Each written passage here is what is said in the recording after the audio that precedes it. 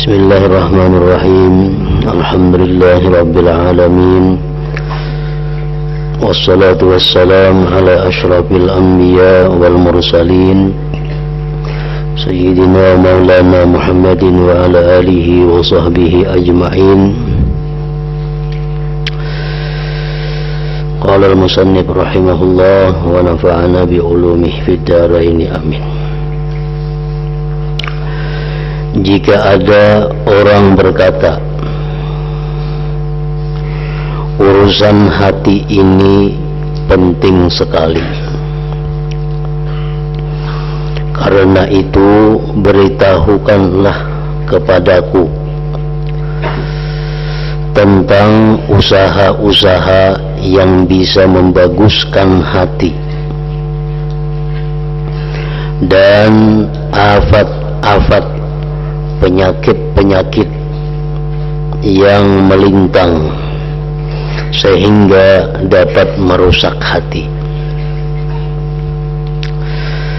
Barangkali aku akan dapat bersungguh-sungguh menjalankan hal itu.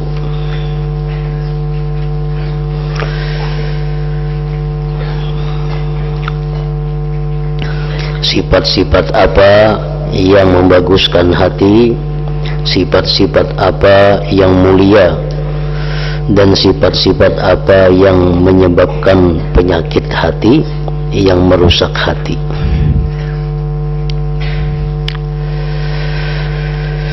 Bolehlah dikatakan kepada orang yang berkata demikian, ketahuilah bahwa perincian masalah ini panjang sekali, yang tidak bisa termuat dalam kitab yang ringkas ini. Para ulama akhirat menaruh perhatian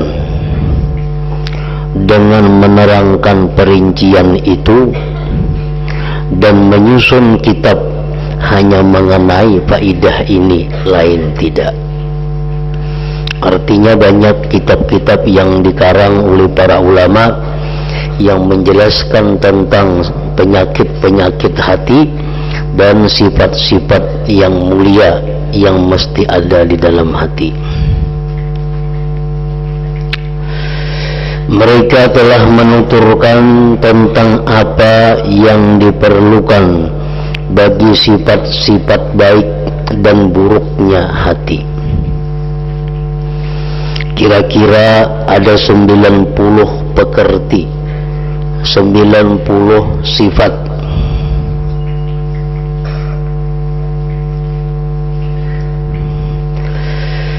Kira-kira ada 90 pekerti baik dan 90 pekerti jelek sebagai lawannya. Kemudian di antara pekerjaan dan usaha yang wajib dan yang dilarang juga kira-kira ada 90 macam dalam segala perinciannya.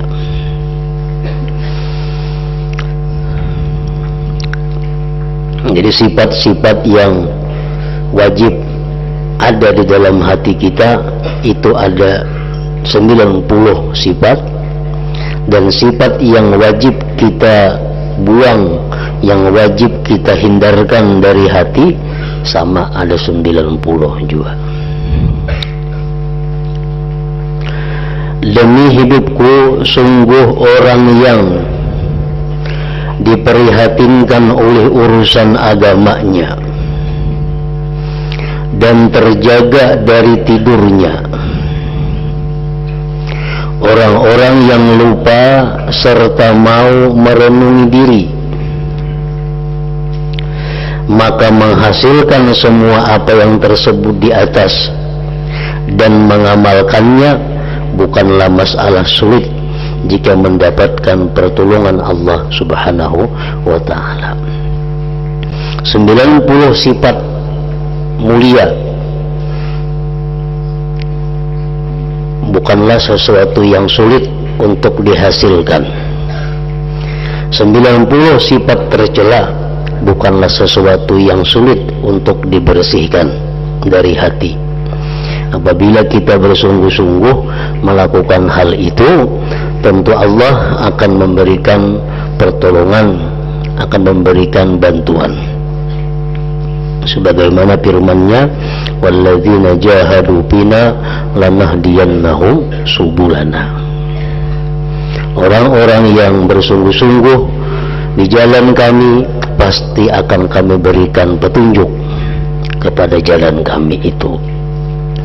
Apabila kita bersungguh-sungguh untuk melakukan satu kebaikan, sesulit apapun kebaikan itu, nah kita benar-benar punya niat tekad yang kuat, Allah pasti akan menolongnya. Itu sudah janji Allah di dalam Al-Quran. Jadi tergantung kesungguhan kita, tergantung kemauan kita.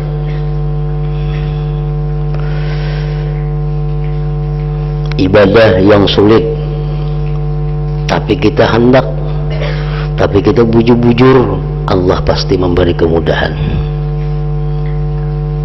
Namun kemudahan itu didapat kada langsung. Misal kita hendak membiasakan sembahyang sunat di malam hari 100 rakaat. Nah, itu adalah hal yang sulit. Karena apa sulit? Karena bertentangan dengan nafsu kita. Sulit. Nah, tetapi sesulit apapun, kalau kita mau sungguh-sungguh, mau bujur-bujur, Allah akan memberikan kemudahan. Allah akan memberikan pertolongan, sehingga akhirnya kita mampu melaksanakan sembahyang sunat 100 rakaat itu. Nah, apabila kita mulai mudahnya melakukan itu, tergantung kesungguhan kita. Sesuai dengan asal muasal kejadian kita. Kejadian kita 40 hari di dalam perut ibu berupa nutfah. 40 hari kedua di rahim ibu berupa alaqah. 40 hari ketiga terakhir kejadian kita di dalam rahim ibu berupa mudghah. Nah, itu 3 waktu, 3 kali 40 hari, itu biasanya waktu yang paling lama untuk mendapatkan satu kemudahan dari Allah. Bila mana kita bermula ingin melakukan ibadah-ibadah yang sulit. Contohnya tadi, kita hendak sembahyang 100 rakaat semalaman, tapi kita bujur-bujur hendak, sungguh-sungguh kita laksanakan, kita akan menemui kesusahan dahulu, kepayahan. Berapa lawas? 40 hari. Sekadar masa kita dalam perut ibu berupa nutfah, berupa air mani. Nah, bila mana ini masih sulit, diperpanjang lagi 40 hari berupa alaqah. 80 hari kita masih susah payah memaksa diri melaksanakan sembahyang 100 rakaat tadi. Tapi kita bujur-bujur tekad yang kuat, kita karasi pulang sampai 40 hari yang ketiga. 120 hari kita berjuang, ini terakhir. Nah, sesudah 120 hari itu kita bujur-bujur berjuang, itu Allah akan memberikan kemudahan. Untuk masa selanjutnya kada akan sulit lagi melakukan ibadah yang 100 rakaat itu. Contohnya, ada sebagian orang yang hanya perlu waktu sebentar. Ini hendak umpamanya mengamalkan salawat kepada Nabi 1000 sehari, padahal biasanya kada bisa bersalawat. Hendak bersalawat 1000 sehari, supaya apa? Supaya dapat syafaat Nabi, supaya urusan dunia akhiratnya mudah, supaya anak keturunannya saleh, supaya hidupnya berkah, supaya taufik hidayah selalu datang, lalu mengamalkan salawat 1000 sehari. Itu sulit karena perlu waktu berjam-jam, mungkin paling cepat setengah jam 1000 salawat. Tapi karena kita bujur-bujur, hendak kita paksa, bisa kita paling 3 hari merasa sulit. Akhirnya dimudahkan oleh Allah, merasa nyaman, merasa lezat membaca salawat. Kalau kada baca merasa kada nyaman. Nah itu bisa paling 3 hari, tergantung kesungguhan hati kita, tergantung kejujuran kita. Bisa Allah memberikan kenyamanan 40 hari hanya dapat, cuma terakhir 120 hari itu masa akhir.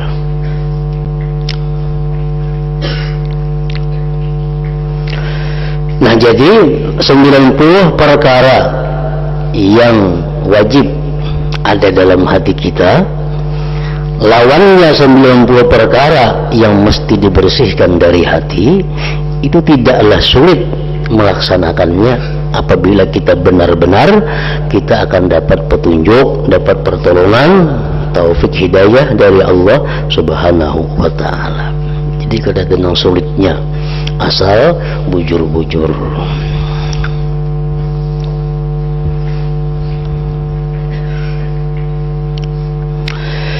Aku telah menyebutkan sebagian pekerti atau akhlak atau sifat yang terpuji dan yang tercela itu dalam menerangkan keajaiban hati, bagian dari kitab Ihya Ulumuddin. Di situ ada sebagiannya. Aku juga telah menerangkan semua pekerti itu dengan perincian dan cara mengobatinya dalam kitab Asraru Muamalatiddin. Ini kitab Imam Ghazali, Asrar Muamalatiddin ngarannya. Di situ disebutkan penyakit-penyakit hati dan cara pengobatannya, yang merupakan kitab tersendiri yang besar faidahnya, yang hanya bisa diambil manfaat oleh para ulama besar yang dalam ilmunya. Sedangkan maksud utama kitab Minhajul Abidin yang kita baca ini adalah agar dapat diambil manfaat baik oleh para pemula maupun orang yang telah berada di puncak, oleh orang yang kuat dan yang lemah. Jadi di sini dalam kitab ini Imam Ghazali hanya akan menjelaskan yang pokok-pokok dari 90 tadi.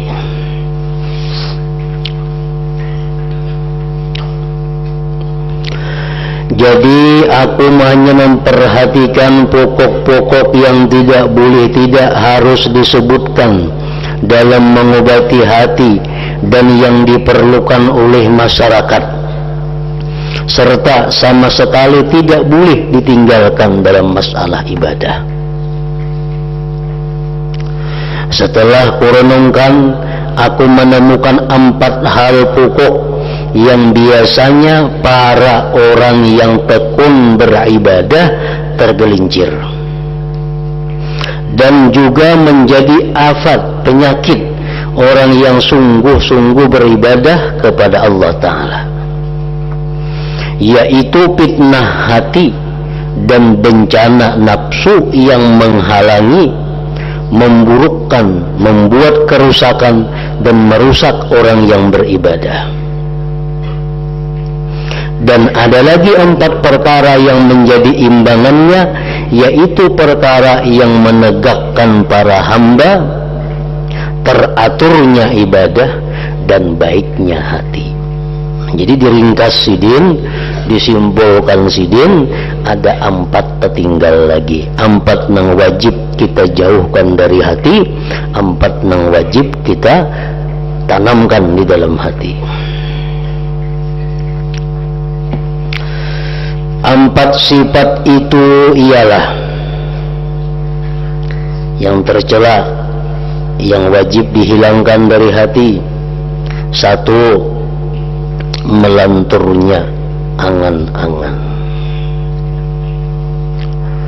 Nah, artinya merasa bahwa kehidupanku ini masih lama. Melantur angan-angan. Bila dalam hati kita ada perasaan bahwa kita ini hidup masih lawas, itu adalah sifat tercela yang wajib dibuang.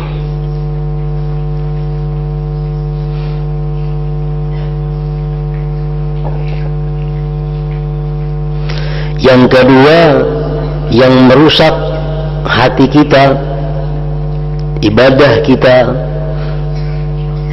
tergesa-gesa. Tergesa-gesa.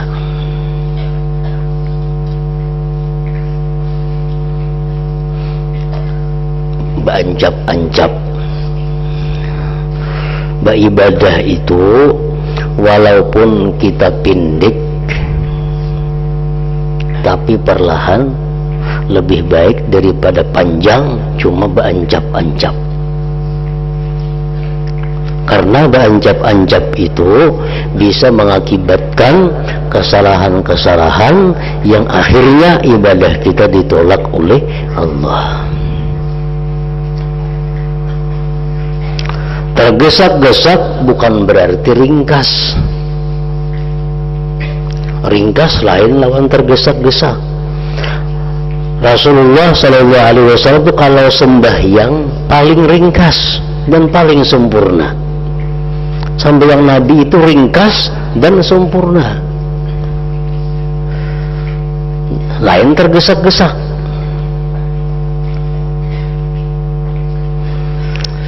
Yang ketiga dan keempat, dengki dan takabur.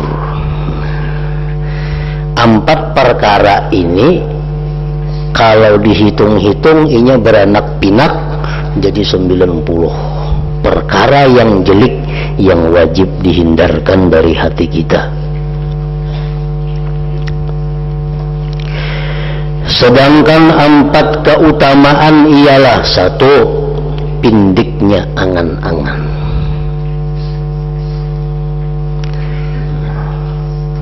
Kada merasa hidup ini lawas.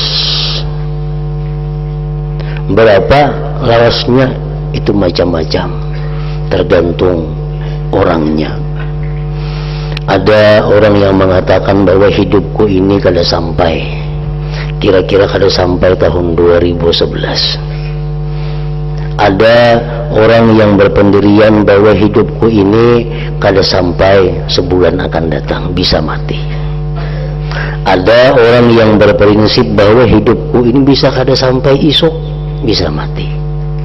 Ada sebagian lagi yang berprinsip bahwa hidupku ini mungkin kada sampai ke jam berikutnya, bisa mati di jam ini. Nah, ada lagi sebagian yang berprinsip bahwa hidupku ini kada sampai ke napas yang kedua, barangkali ini napas yang terakhir kepadaku. Ibnu Umar radhiyallahu anhu, beliau satu hari bertayamum. Nah, bertayamum. Ujar orang, wahai Ibnu Umar, tuh banyu ada di situ, kada jauh kada. Yasin barangkali umurku udah sampai ke banyu itu. Nah, ini pindiknya angan-angan. Tergantung keadaan orangnya.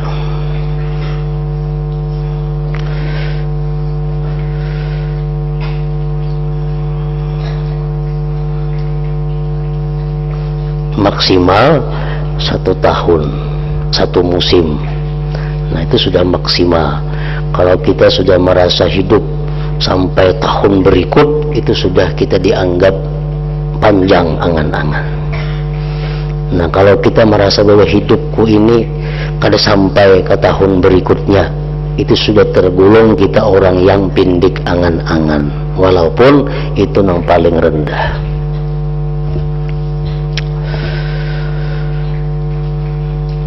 Yang kedua, yang sifat utama yang mesti ada dalam hati, tenang dalam segala hal.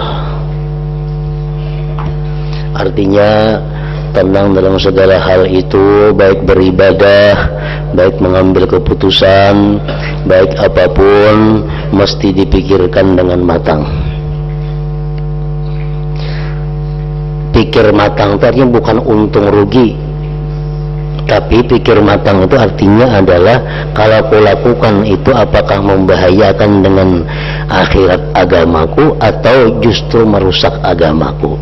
Setiap kali hendak berbuat, setiap kali hendak memutuskan satu perkara, nang dipikirkannya kalau ini kulaksanakan akibatnya apa, membahayakan agamaku atau menguntungkan agama. Nah itu artinya tenang dalam segala hal, kada terburu-buru. Yang ketiga, berkehendak baik, nasihat terhadap sesama. Kada ada tujuan menyakiti orang, kada ada tujuan menjatuhkan orang, kada ada tujuan merimehkan orang, kada ada tujuan hendak mencelakakan orang, mengalahkan orang. Yang ada hanya tujuannya adalah agar orang-orang baik, seperti apa yang baik kudapatkan. Yang keempat, serta tawadhu dan khusyuk. Nah, 4 itu sifat kebaikan beranak pinak menjadi 90 sifat kebaikan lebih. Jadi Imam Ghazali sudah menemukan pokok-pokok yang 90 itu ternyata ada di 4 perkara ini.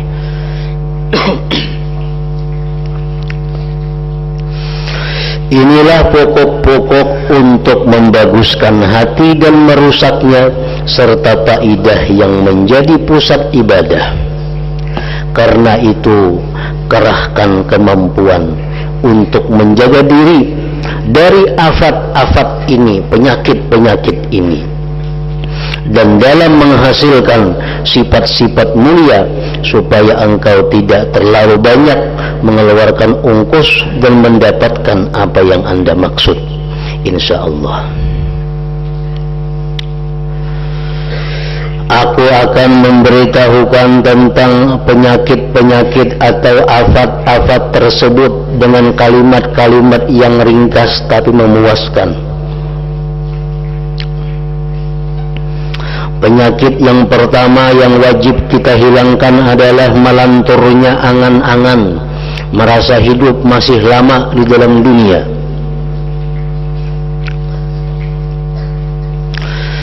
Adalah suatu penghalang bagi manusia dari setiap kebaikan dan kebaktian kepada Allah. Namun kita merasa lagi panjang umur, pasti kita kulir berbuat kebaikan. Kenapa? Karena merasa panjang umur, kayaknya sawat saja membaiki, sawat saja bertobat, sawat saja banyak beramal saleh. Nah ini bahayanya. Suatu perkara yang menarik keburukan dan fitnah. Kenapa kita mau melakukan dosa? Kenapa kita mau sibuk urusan dunia? Kenapa kita menunda tobat kepada Allah? Kenapa kita sembahyang kada khusyuk? Penyebabnya salah satunya adalah bahwa kita ini masih merasa sempat memperbaiki. Nah, masih merasa panjang lagi umur untuk memperbaiki.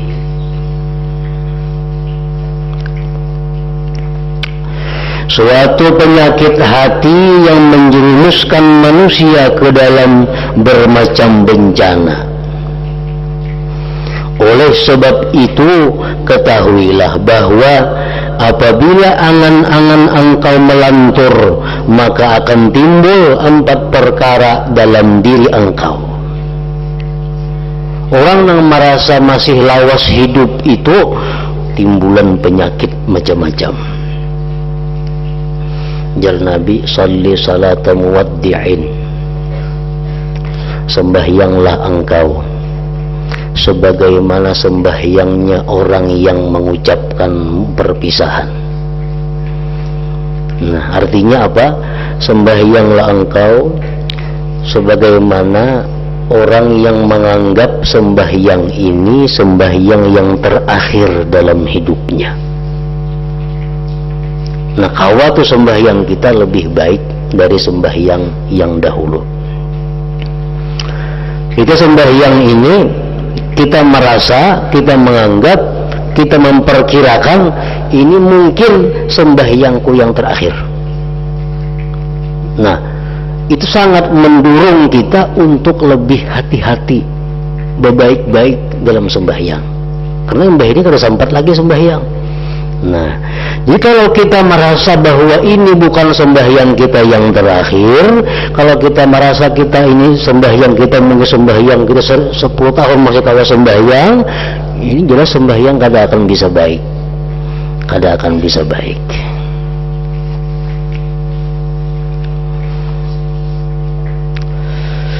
Nah, bahayanya orang yang merasa lawas hidup dalam dunia, satu, meninggalkan taat kepada Allah dan malas.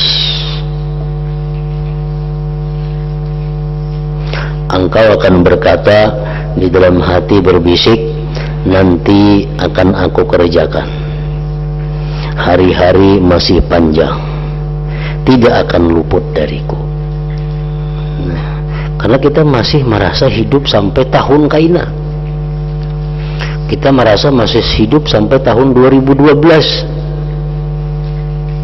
Lalu kaina sampat saja, kaina aja. Benar sekali apa yang dikatakan Daud At-Tai ketika mengatakan, barang siapa takut ancaman Allah, maka apa yang jauh menjadi dekat. Dan barang siapa melantur angan-angannya, maka jeliklah amalnya.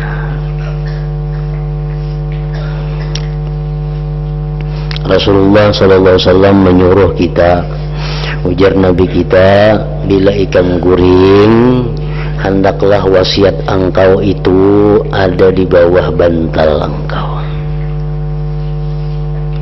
Itu suruhan Nabi. Bila ikan guring, tentunya malam guring, kita ada wasiat di bawah bantal. Wasiat itu apa isinya? Memadahkan bahwa aku hutang lawan si Ano sekian, aku hutang lawan si Ano sekian, sepidak itu ampun si Bulan, sandal itu ampun si Ano, ini ampun si Ano, nah si Ano ada hutang lawan aku sekian. Nah, itu wasiat yang wajib diwasiatkan kepada yang tertinggal untuk menyelamatkan kita di akhirat. Kena kada tahu di rumah dikira sepeda ampun sidin, kayaknya injaman, sepeda motor sandaan. Nah, jadi mesti ada dalam wasiat itu dijelaskan. Nah, jadi ujar Nabi, bila engkau guring, wasiat itu ada. Ini menunjukkan apa? Bahwa begitu kita guring, belum tentu kita bisa bangun dalam keadaan hidup. Nah, jangan-jangan ini guring, salajur guring. Banyak orang yang salajur guring itu. Puasa puluh, ada yang bangunan, dibuka ke lampu, sekalinya guring bujur.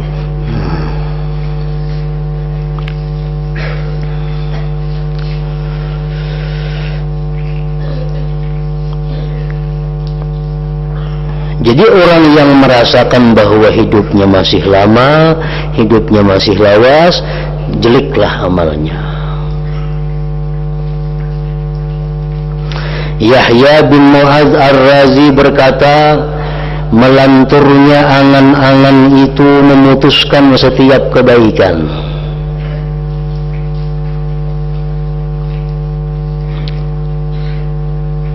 Melanturnya angan-angan itu memutuskan setiap kebaikan.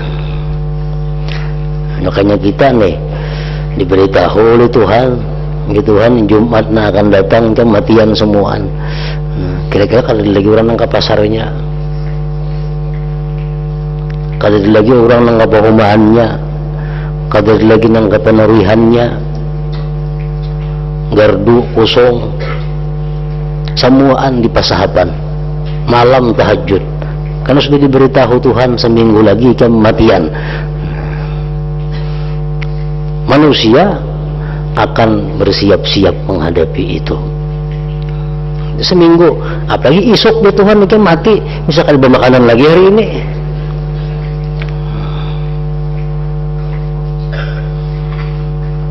Nah itulah hikmahnya, rahasianya Allah kadang memberitahu kita ini apabila mati. Jakanya itu diberitahu oleh Tuhan, manusia bisa mati sebelum mati. Jakanya diberitahu nih kan mungkin jam 1 mati, jam 12 bisa mati dulu, sudah ini ketakutanan. Jakanya diberitahu. Nah karena Tuhan memandang manusia ini lebih baik kada tahu, karena dahsyatnya itu kematian, ada diberitahu oleh Tuhan. Ada dikisahkan dalam sebuah kitab, orang kawin laki bini ini sudah 20 tahun kada mau beranak. 20 tahun, 30 tahun kawin kada sing ranakan. Kasih tu kamari batu tambak kada mampan juga. Datang ke sebuah tabib, ke seorang tabib, sudah 20 tahun kada beranak. Diperiksa oleh tabib nang bini, diperiksa jauh tabib, ikam kada perlu memikirkan anak. Kenapa aja nang bini tadi? Ikam lagi 3 bulan mati. Ikam lagi 3 bulan mati. Ini ada tanda-tandanya nah. Ngatakan hari tanggal berapa? 3 bulan berikut ikam mati. Ikam kada perlu mikir anak, pikir mati aja. Bulik ditabib garing nang bini tadi. Nah, 3 bulan lagi mati. Makan katanya mau makan lagi, guring katanya mau guring lagi, beribadah aja kepada Tuhan. Kurus awak, ya kada sing makan, kada sing guringan. Sampai 3 bulan kada mati. Datang lagi bini lawan tabib nih.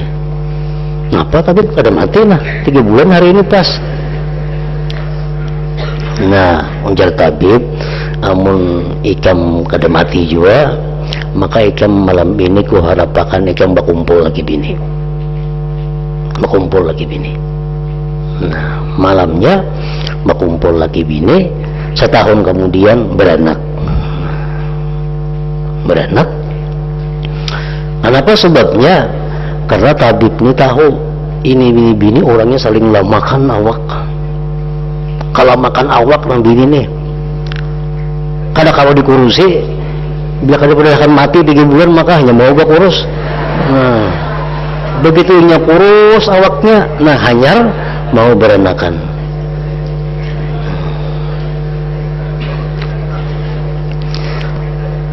Nah jadi itu rahasianya bahwa Allah kada memberitahu kita apabila mati ini tuh. Jika kita tahu kita kada bertinggal awak lagi. Ikam diberi umur 60 tahun. Nah, 60 tahun kurang setengah tahun lagi itu sudah mulai kita atur lagi sudah kita.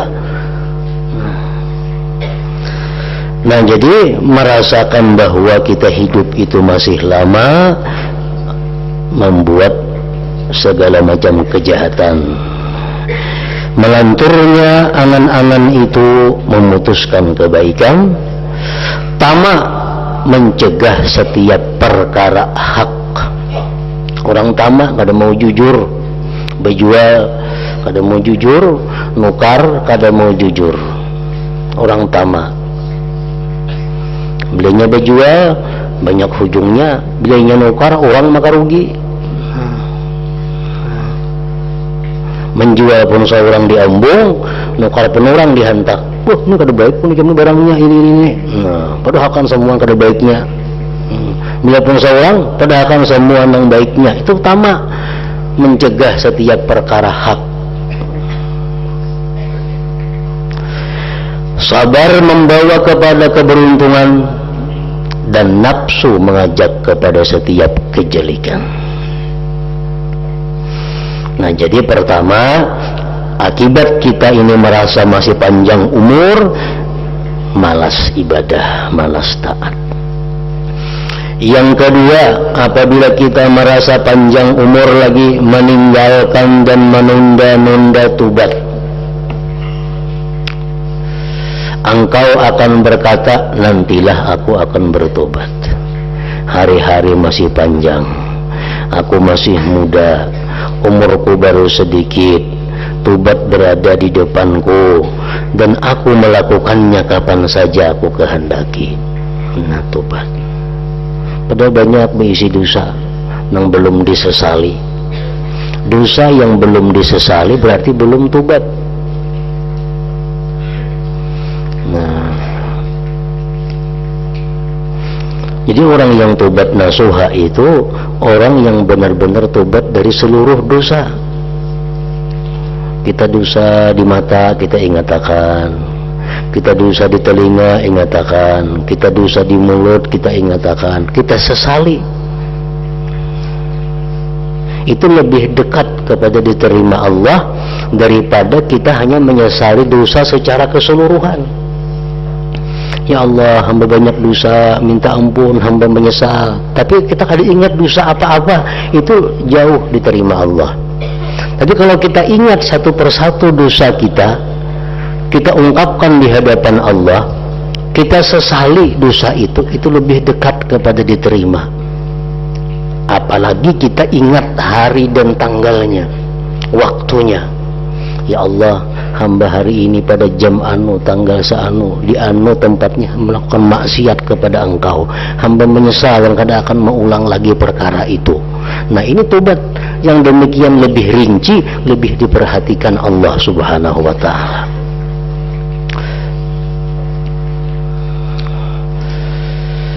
Nah, karena merasa lagi panjang umur, lalu kainah aja batubat. Bila kainah kalau ingat lagi perinciannya.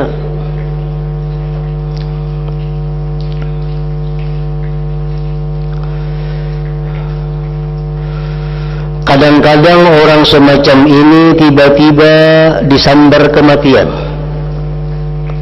ketika masih saja berbuat dosa. Hanya merasa masih anum, kena aja tobat, datang kematian mendadak. Maka kematian menyambarnya sebelum sempat membaguskan amal.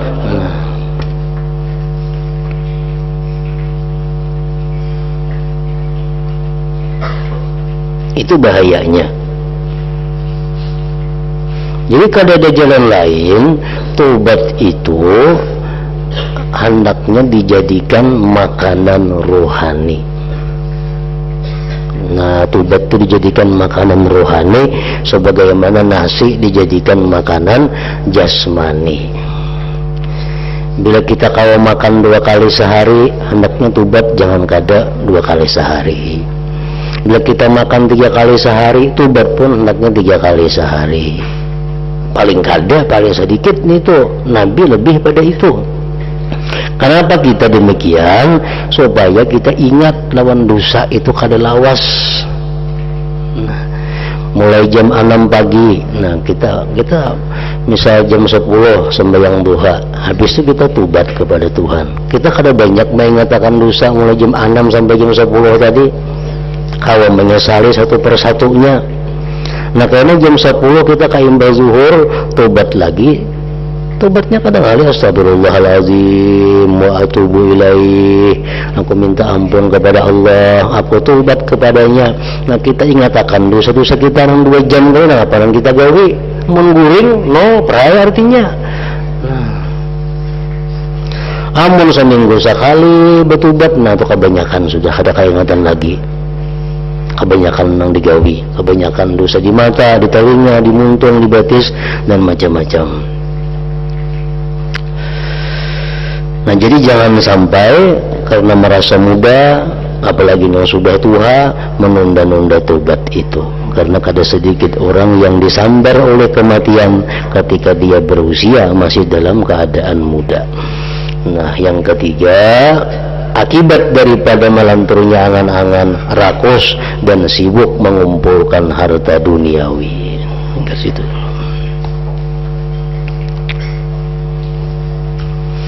إلى حضرة النبي صلى الله عليه وسلم. الفاتحة. أعوذ بالله من الشيطان الرجيم. بسم الله الرحمن الرحيم. إياك نعبد وإياك نستعين. بسم الله الرحمن الرحيم. الحمد لله رب العالمين وصل على سيدنا محمد وآله وصحبه أجمعين. اللهم اغفر لنا ما أخطأنا وما تعمدنا وما أسررنا وما أعلنا وما أسرفنا وأنت أعلم به منا. أنت المقدم وأنت المؤخر، لا إله إلا أنت. اللهم انفعنا بما علمتنا وعلمنا ما ينفعنا وزدنا فهما وعلما وعملا وهدى وتوفيقا برحمتك يا أرحم الراحمين. صلى الله عليه وسلم محمد وآله وسلم.